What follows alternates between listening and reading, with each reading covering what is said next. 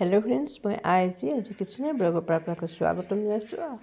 আৰু আজি আপোনালোকৰ আগলৈ এগৰাকী তিতাবৰ টাউন হাইস্কুলৰ বাইদেউ এগৰাকী আজি ৰিটায়াৰ হৈছে আৰু অৱসৰ লৈছে আচলতে।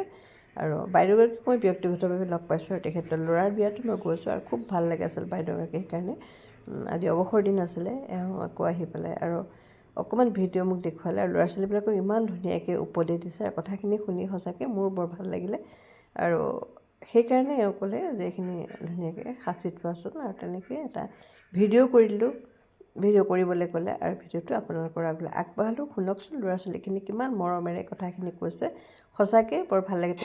পবিত্ৰ জ্ঞানৰ দিন, বৃহস্পতিবাৰ শুক্ৰবাৰৰ দিন, আজি জ্ঞানৰ দিন। কোনোদিনে প্ৰাৰ্থনা নকৰা মানুহেও আজি পুৱাতে প্ৰাৰ্থনা কৰে। কি কাৰণে সৎজ্ঞান লাভৰ কাৰণে।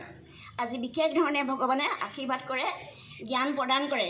সেই জ্ঞানৰ দ্বাৰাহে আমি কি কৰিব পাৰিম, জীৱনত আগবাঢ়ি যাব পাৰিম। আৰু জ্ঞান সকলোৰে আছে, তোমালোকৰ অজ্ঞান নহয়, বলীয়া নহয়, মই সেইটো অৰ্থত কোৱা নাই। কিন্তু আমি যিখিনি ভাল জ্ঞান আমাক লাগে চলিবলৈ, আমি সেইখিনি জানিলেও কিন্তু প্ৰয়োগ কৰা নহয়। সেইকাৰণে তোমালোকক সচেষ্ট কৰি দিছোঁ, তোমালোকক সতৰ্ক কৰি দিছোঁ, যাতে তোমালোকে সেইবিলাক মানি চলা। জ্ঞান কি? আমি সময় সদব্যৱহাৰ কৰিব লাগে, ভাল ধৰণে পঢ়া শুনা কৰিব লাগে।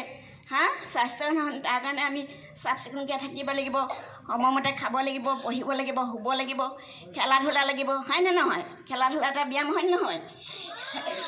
এই সকলোবিলাক আমাক লাগিব, তেতিয়াহে আমি জীৱন পথত ভালকৈ আগবাঢ়ি যাব পাৰিম। আমাৰ স্বাস্থ্য ভালে থাকিলেহে আমি ভালকৈ পঢ়া শুনা কৰিব পাৰিম। গতিকে এইখিনি তোমালোকক ক'লোঁ।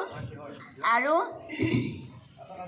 জ্ঞান বুলিলে বহুতো জ্ঞান আছে, অকল যে আমি কিতাপ পত্ৰ পঢ়িছোঁ, স্কুলত অংক ইংৰাজীকে আদি কৰি নানা বিষয় পঢ়িছোঁ, সেইবিলাক আমাৰ পুথিগত জ্ঞান, পুথিগত বিদ্যা, সেইবিলাক মানুহক লাগিবই।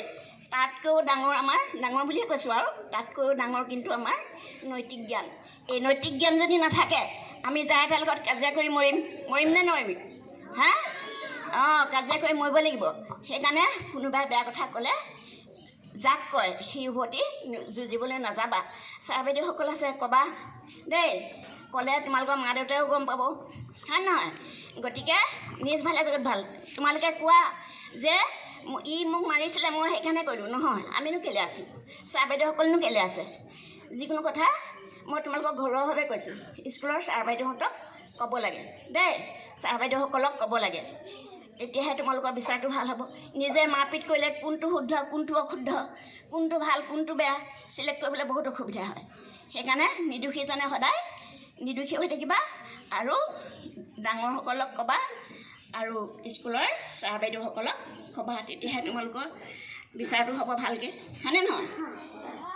গতিকে পঢ়া শুনাটো কৰিব লাগিবই বাৰু, স্কুলত আহিছা সেইটো চবেই কৰিব লাগিব। কিন্তু এইবিলাকৰ অভাৱতো মানুহ আগবাঢ়িব নোৱাৰে, বুজি পাইছা? যেতিয়া কাজিয়া কৰা মানুহ হ'বা আৰু বেয়া বস্তু সেৱন কৰিবা, তেতিয়া কেতিয়াও জীৱনত আগবাঢ়িব নোৱাৰিবা। আৰু ছাৰহঁতে বেয়া পালে স্কুলৰ পৰা পঠিয়াই দিব লাগিব, স্কুলখনতো উপকাৰ হ'বলৈ দিব নোৱাৰে, হয়নে নহয়? গতিকে তোমালোকে যাতে কেতিয়াও তেনেকুৱা নকৰা। তোমালোক বুজি পাইছানে? তোমালোকৰ ভালৰ কাৰণে মই এইকেইটা কথা নক'লে মোৰ জীৱনটো আধৰুৱা হ'ব। কাৰণ মই চকুৰে দেখি আহিছোঁ, আজি মোৰ বয়স 60 বছৰ হৈছে। 60 বছৰ বয়সত মানুহ অৱসৰ লয়, সকলোৱে জানে। গতিকে মোৰ তোমালোকৰ প্ৰতি মাতৃসুলভ মৰম আছে, আৰু তোমালোকৰ মই ভৱিষ্যতৰ বাবে ভাল সুফল পাবা বুলি আশা ৰাখিছোঁ।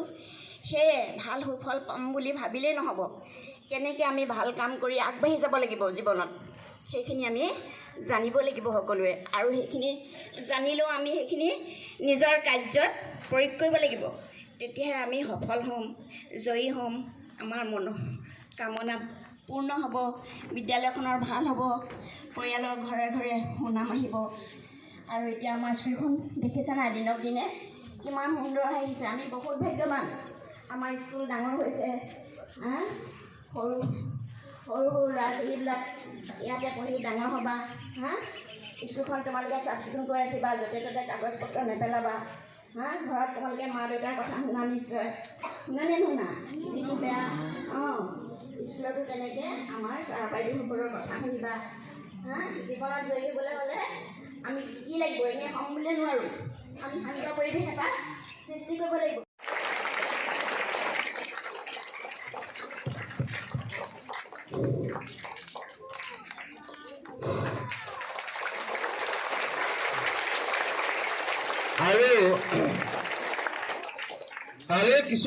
কালি আমাৰ ছাত্ৰ ছাত্ৰীসকলে যিহেতু জানিলে কথাটো